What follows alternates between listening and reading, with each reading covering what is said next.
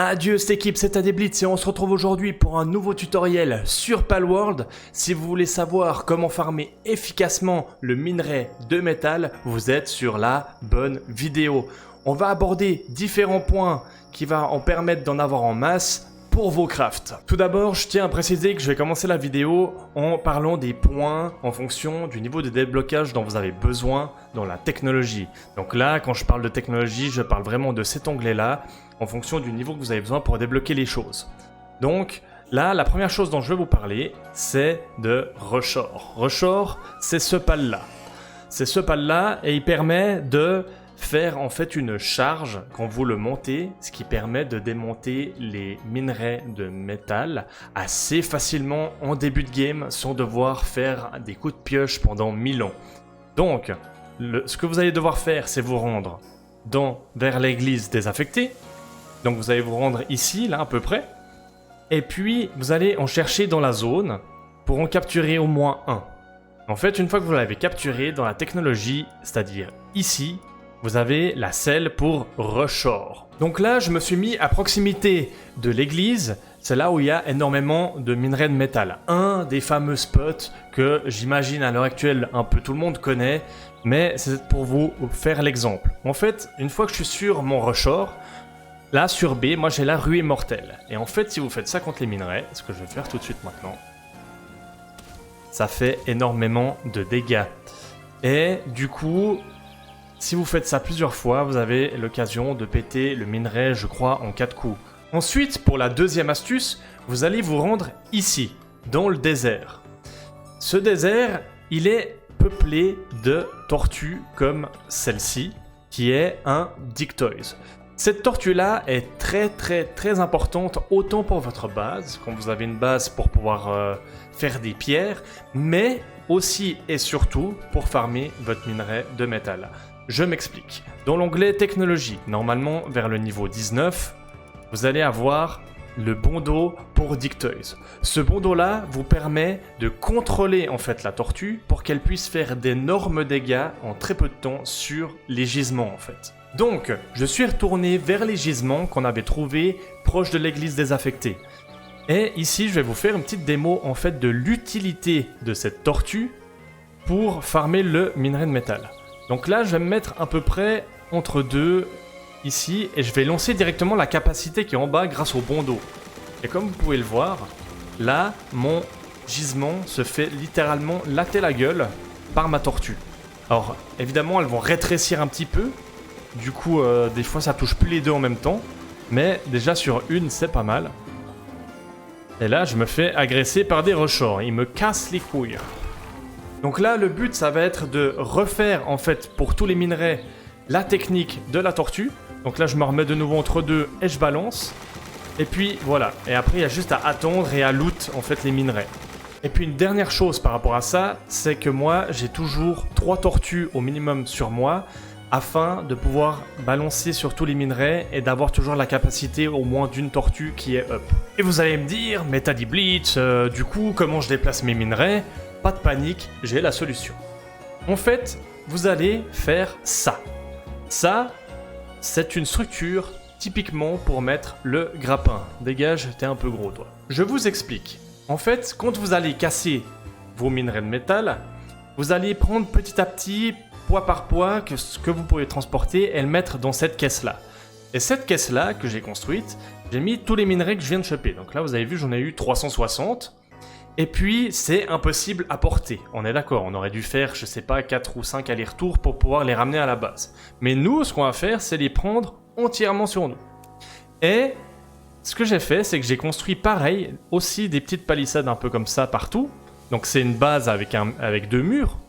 Et puis ce que je vais faire, c'est utiliser en fait le grappin directement sur ces structures. Donc là, on voit que j'ai 3 grappins.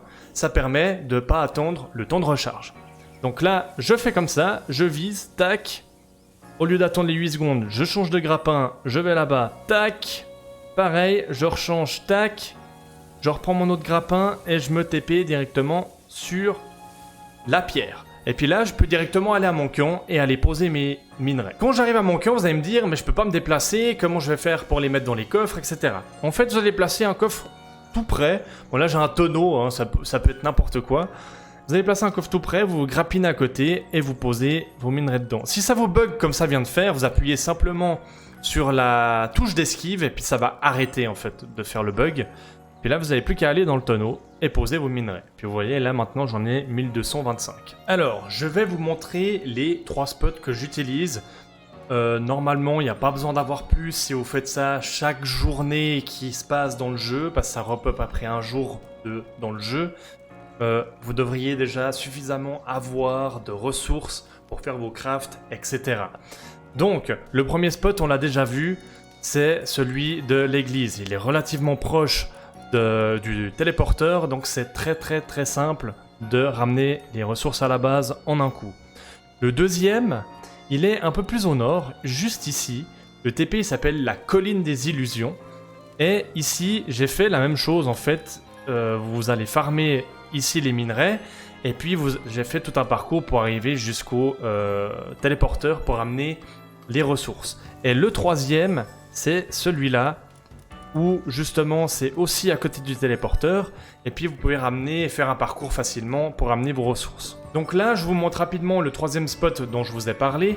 Donc j'ai fait la même chose que pour l'église désaffectée, en plaçant un sol avec 2 murs en bois. Et puis les minerais sont juste là en bas, il y a juste à les farmer et à ramener les ressources à la base. Et on va tout de suite attaquer le 4e et dernier point, mais avant ça, je vais quand même vous demander de vous abonner si vous avez aimé cette vidéo, de mettre un petit pouce bleu et puis d'activer la petite cloche, comme ça vous serez au courant de mes prochains tutoriels. Je vais vous montrer en fait que j'avais déjà essayé de faire une base de farm de métal. Donc là, vous pouvez voir que j'avais mis des remparts, etc. J'avais mis des lits de pales. Et en fait, là, il y avait les minerais. Puis j'avais des tortues qui travaillaient avec des dumudes, là, les espèces de requins des sables. Et puis j'avais des transporteurs. Le problème de ça, c'est que les pales ont tendance à ne pas travailler si vous n'êtes pas là. Donc, très souvent, je pouvais faire des sessions de jeu de 1 à 2 heures et tout. Je revenais pas là du tout. De temps en temps, j'allais regarder. Et à chaque fois, il y a les minerais qui n'étaient pas détruits. Il n'y avait aucune ressource quasiment dans les coffres, peut-être 20 ou 30 minerais en 2 heures. Et puis je me suis dit, bon, bah, c'est pas optimal en fait. Et du coup, la seule façon de pallier à ça, c'est de pouvoir faire une base principale avec déjà du minerai. Parce que comme ça, quand vous êtes à votre base principale, ils travaillent, ils font leur job, et puis ça vous ramène un peu de minerai. Donc ça c'est cool, et puis c'est du minerai que vous n'avez pas besoin de farmer vous-même. Après, un des seuls endroits où vous pouvez faire ça, je pense que c'est ici.